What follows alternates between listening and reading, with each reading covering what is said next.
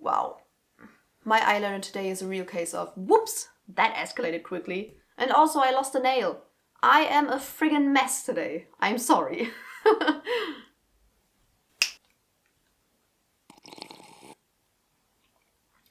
Hi, my name is Bente, I'm the Norse Witch, and today I want to talk to you about the 7 Hermetic Principles.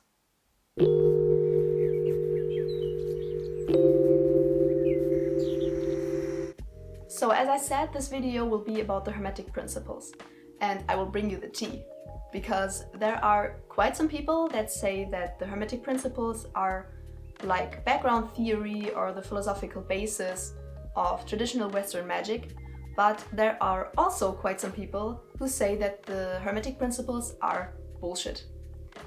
So at first I would like to tell you where the Hermetic Principles came from. Afterwards I will go into each of the 7 principles and explain them shortly, and in the end I will give you my honest opinion about the Hermetic Principles. So please just keep in mind that this is just my personal opinion, and if you think differently about these principles, then that's totally fine. We don't have to agree.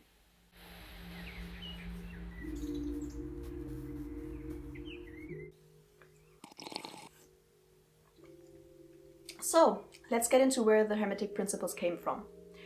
The 7 Hermetic Principles that we talk about today are from the Kybalion. It's a book that was written by the 3 initiates in 1908. And nobody really exactly knows who these 3 initiates are, so nobody knows who wrote the book. But some of the principles described in the book are also already included in the Tabula Smaragdina by Hermes Trismegistus. So the Kybalion is a little bit of a tricky situation because it mainly just describes these principles, these quotes that came from an illegible original Kybalion, so another different book that nobody knows if it has ever even existed. Nobody knows if the Kybalion, the original Kybalion, was real. So we have a book that was published by the 3 initiates, and nobody knows who they were. And it uses source material where also nobody knows if it ever existed. So that's a little bit fishy to me.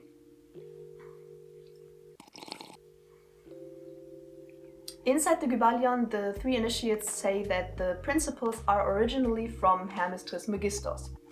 So who the hell is Hermes Trismegistus? So with Hermes Trismegistus, it's basically the same situation as with 3 initiates because nobody knows if he really existed. The Kybalion states that he was a very wise human, a wise philosopher, who lived back in the days in old Egypt.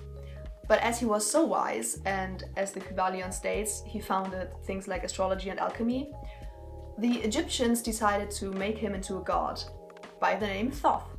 And also the Greeks decided to make him into a god, Hermes, where he got his name from. So if we sum up the situation, we have a book that's written by people nobody knows who they were. It refers to source material nobody knows if it ever existed, and that was supposedly written by a person where also nobody knows if he ever existed. Tricky.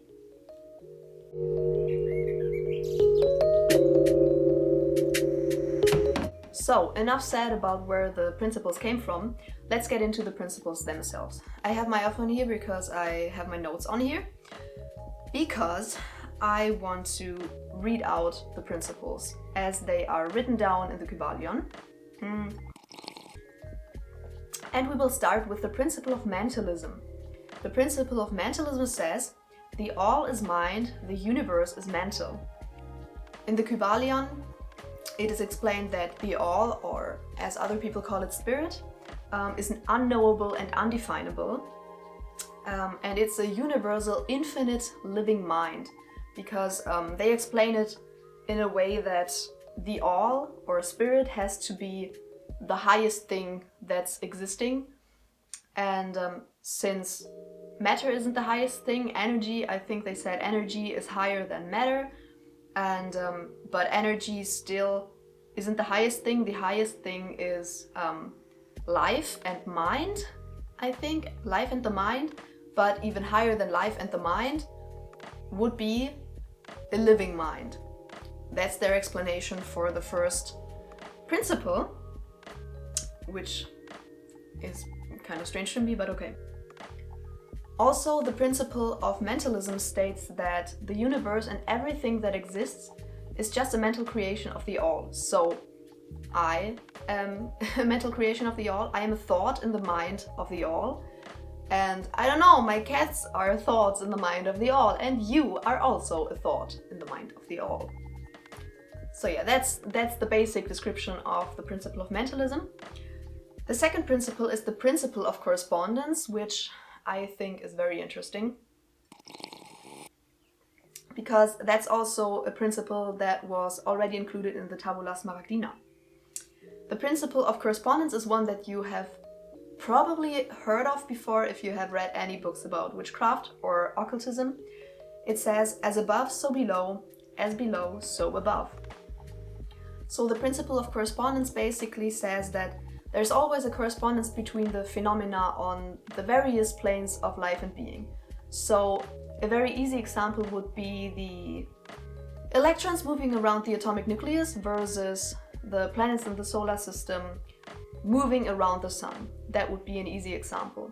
But it can also be applied to the various planes of existence.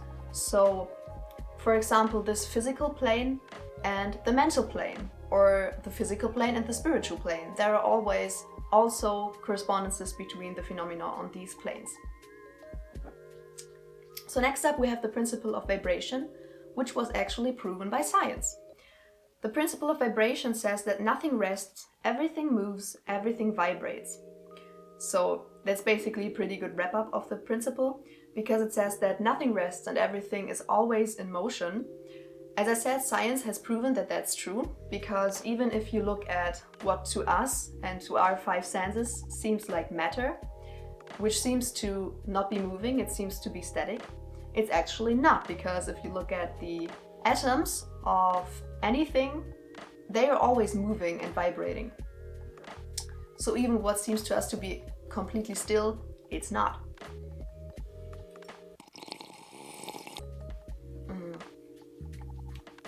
Also, the principle of vibration says that manifestations of matter, energy, and spirit are just energy with a different rate of vibrations. So, for example, if you look at what seems to us as completely static matter, it's just energy vibrating on a very low frequency, whereas, for example, light or sound is energy vibrating on a higher frequency. And if you then look at ethereal matter, for example, that's energy vibrating in an even higher frequency. So next up is the principle of polarity, and this one is a little bit longer. It says that everything is dual, everything has poles, everything has its pair of opposites. Like and unlike are the same, opposites are identical in nature but different in degree. Extremes meet, all truths are but half-truths, all paradoxes may be reconciled. So the principle of polarity basically says that if you look at any phenomenon, like heat for example, you have always two poles, two seemingly opposite things. So for example for heat it would be hot and cold. They seem to be complete opposites, but the principle of polarity says that these aren't real opposites, they're the same thing, because they're both just rates of heat. You have hot and you have cold, and they're just poles of the same thing, so they're heat of a different degree. The principle of polarity also says that if you have these two poles of the same thing, for example, hot and cold, they can be transformed into another. So cold can be transformed into hot, which we know is true.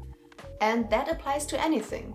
Also to, I don't know, love and hate. You can transform love into hate very easily. I think everybody knows that.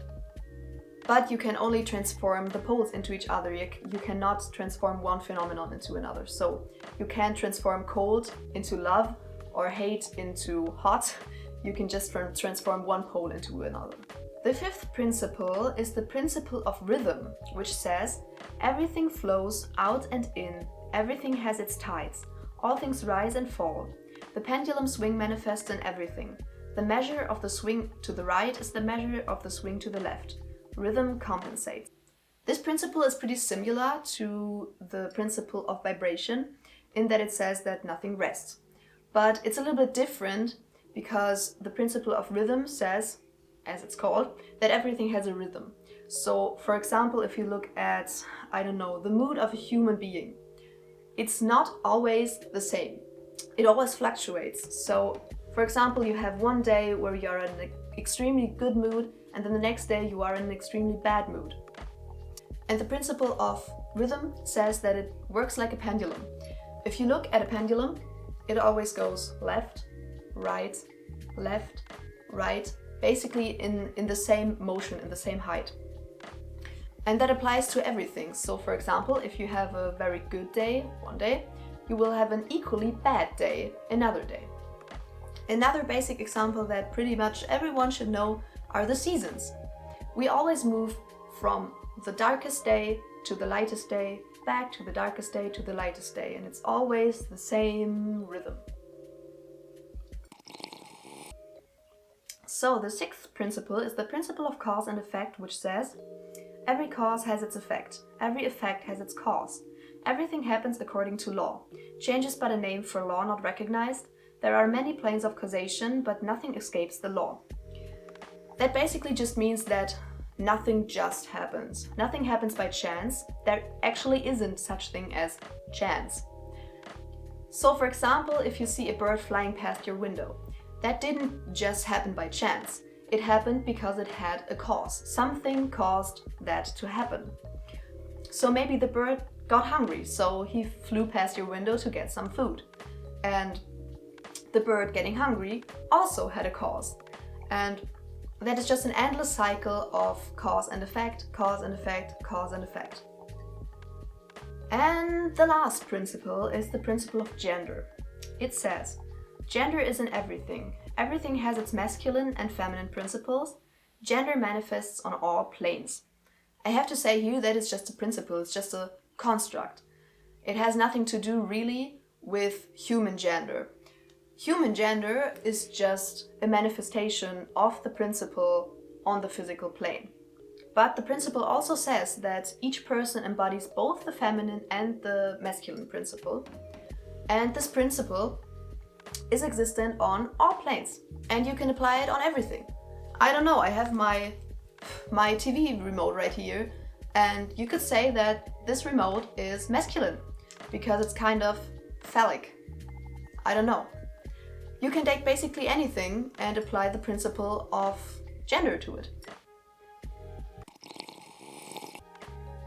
And that works not only on our physical plane, but on all planes.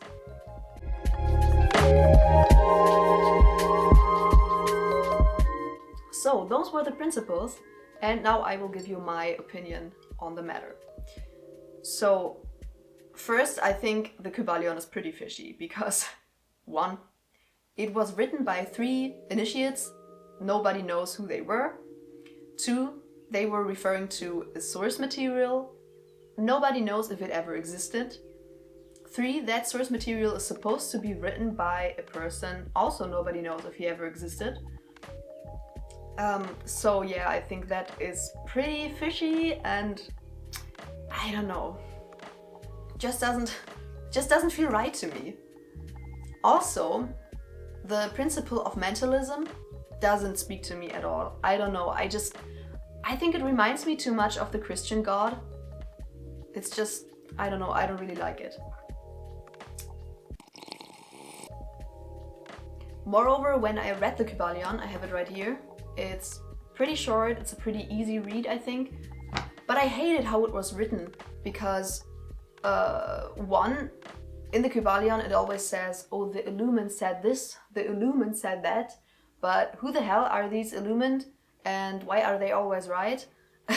That's kind of strange. And also it just referred to the people that didn't really get the Hermetic Principles or that weren't Hermetic masters. It referred to them as lesser humans. And that's just wrong. I hate that. I hate how it's written. No, just no. But apart from all those negative things, I must admit that I actually really like the principles, apart from the principle of mentalism, as I said earlier.